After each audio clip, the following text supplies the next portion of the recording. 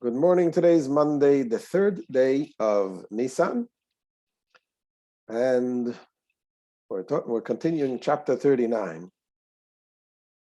And we talked about yesterday about serving Hashem with ahava, with love, with excitement,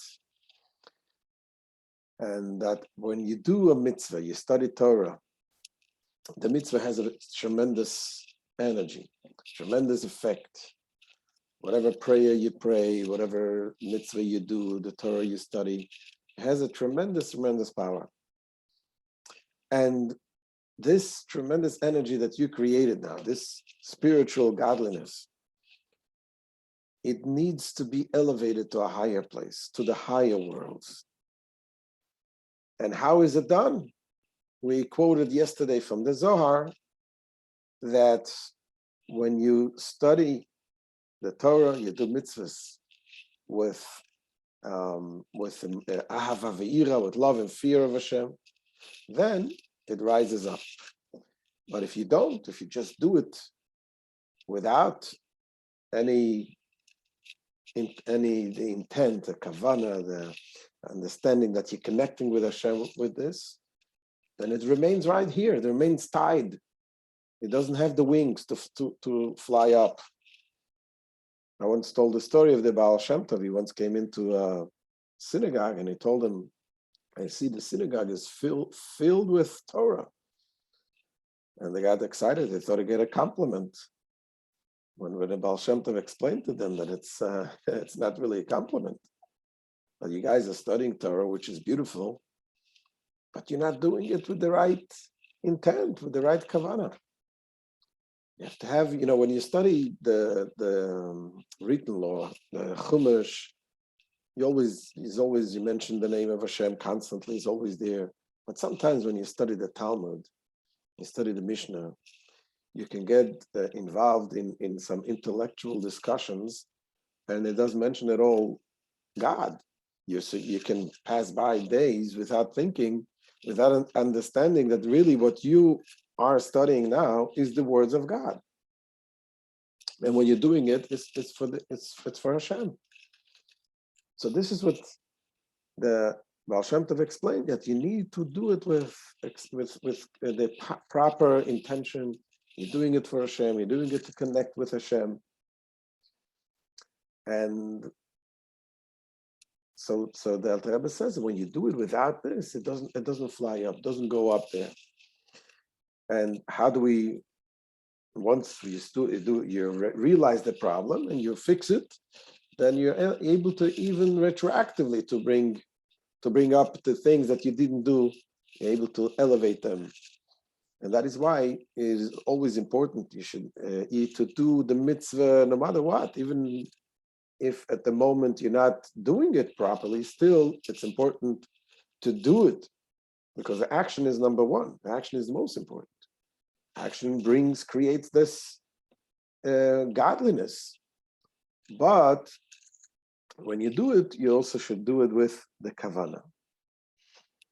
And so let's see inside how the Alter Rebbe continues this.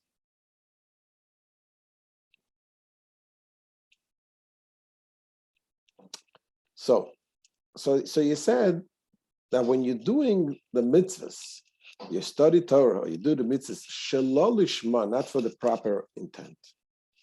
So he's explaining that really there's different levels. He's going to say there's different levels of what does it mean to do it for the proper intent or not. Some people do it for the proper intent, meaning I'm doing it to be connected with Hashem.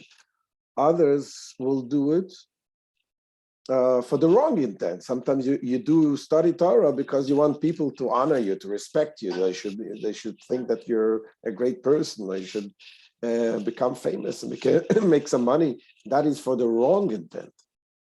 But then you have something in the middle. You're not doing it for the right intent, the right purpose, with the right kavanah for Hashem. And you're not doing it for the wrong. You're just doing it out of habit. You got used to do it without anything. Thinking why you're doing this. So it says, even if you don't do it for the wrong intent, but you do it without any emotions, without any intent, still it remains down here. If you do it with the wrong intent, it's even worse. It drags it down to a lower place. But here it says, even if you do it for the simply without thinking. That's what it says. V'hainu, afilu imeina yoisek shaloi lishma mamash, lashum eiza pniya chas v'shalom. This inability of one's divine service to ascend to the Sephirah we explained, to ascend to the higher levels, the attributes of the higher worlds.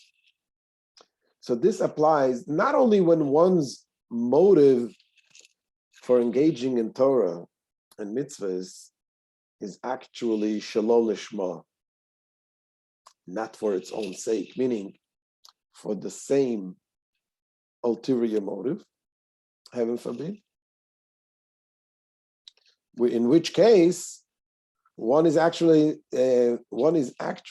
serving himself, not God. If you're doing it for your own sake, to get famous, to get wealthy, whatever it is, then you're not doing it for Hashem, you're doing it for your own sake. And his service surely cannot ascend to stand before God. So that's for, if a person does it like this, then for sure there's nothing to talk about, that it doesn't ascend. His Torah does not ascend up and his mitzvahs do not ascend. However, he says not only that, even if you're not doing it for the wrong intent, but you're doing it just merely without intent. Elo kema shekasuv. It also applies even as the verse describes it, Vatehi yirasam oisi mitzvahs anashim melumada. Their fear of me was like commandments of men done by rote, meaning pirush, machmas, hergel, shehu gal mikatnusay, meaning that one serves God out of habit, acquired in his youth. Shirgilai velimdai avi v'rabbi lirois Hashem v'avdei. Having been trained and taught by his father and teacher to fear God and to serve him. But he doesn't really do it for its own sake. Lishma means for its own sake. So this is something that really, in a way, there's I find it very interesting. People who are raised in religious families. You come to shul, the children are raised from youth to come, to study, to do the right thing, to pray, and to study Torah. But sometimes you're doing it without, you don't know why you're doing it. I mean, yes, your father told you and you do it the whole life, but you're doing it like it becomes a habit. It's almost mechanically. You're doing tefillin, you're doing lighting the candles. So I find that when people come and discover Judaism and discover things that they were not used to, and they come to shul, and they're davening, when you open the siddur and they look in the siddur, they will have much more intent. They would find things, they would point out to me things that they find in the siddur. What does that mean?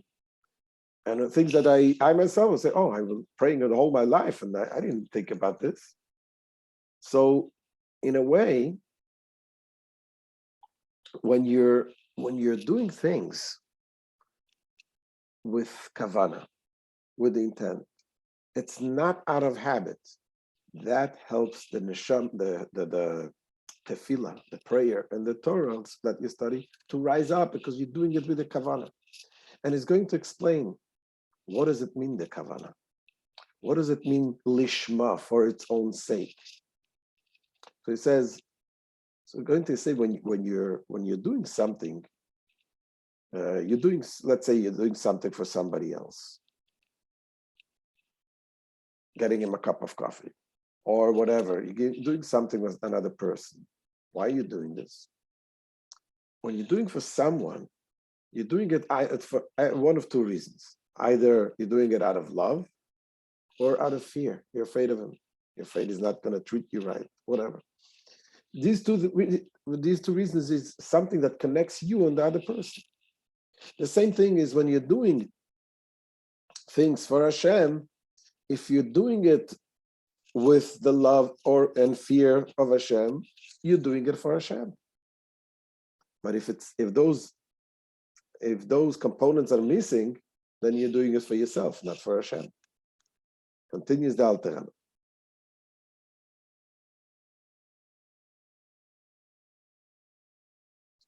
So we look inside again. So he says, Kilishma mamesh.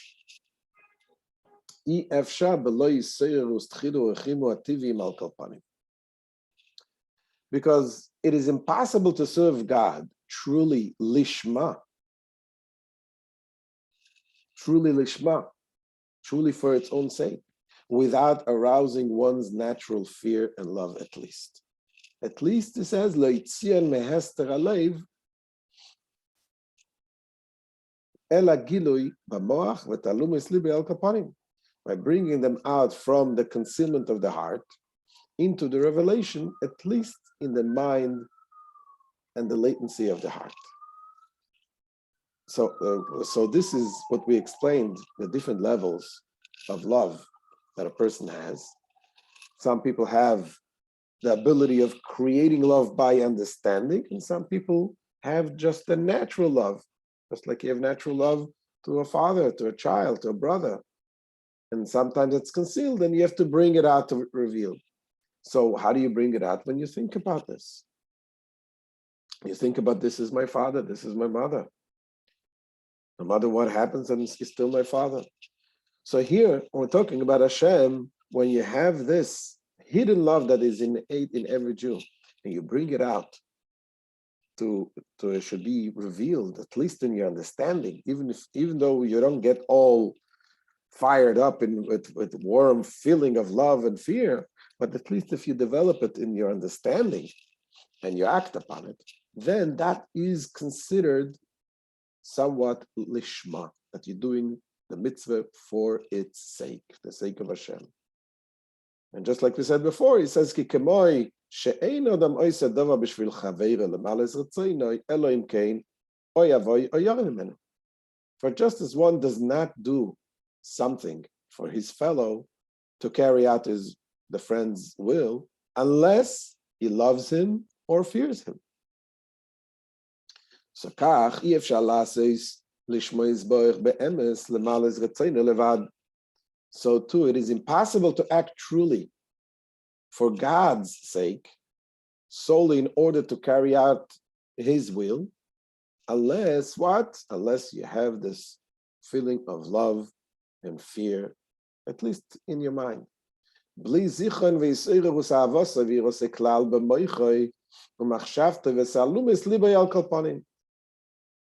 remembers and arouses his love and fear of God to some degree in his mind, thoughts, and the latent level of the heart, at least.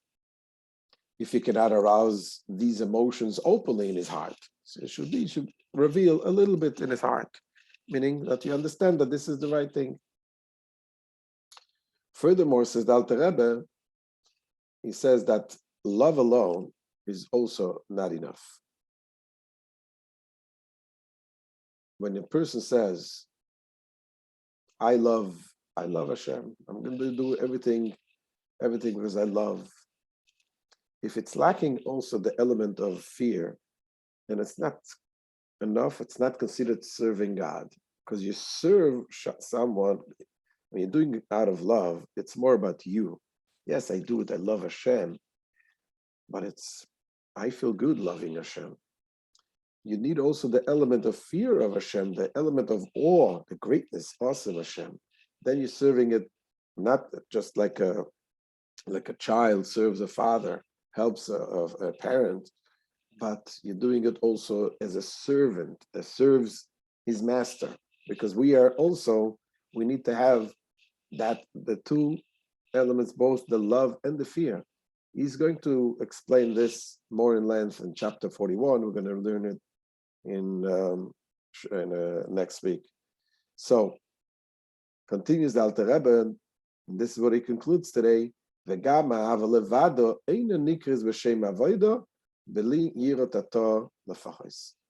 the arousal of love alone, without the arousal of at least the lower level of fear of God, that is, this lower level of fear of God is hidden in every Jewish heart. But if that is not called, if you're doing it without this, then it's not called service, as will be explained later. As we said, it's going to be explained in chapter 41, that you need to have both the love and the fear of Hashem. So this is the end of today's shir. And what we take away from here is this point. We got to get them to fly. So yes, it is important to do the mitzvahs, to do as many mitzvahs as possible.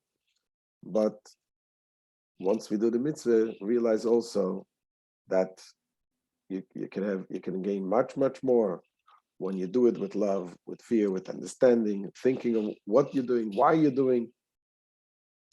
And this goes up high and connects us to the higher places, and therefore bringing us also closer to Hashem. Any questions we can take now?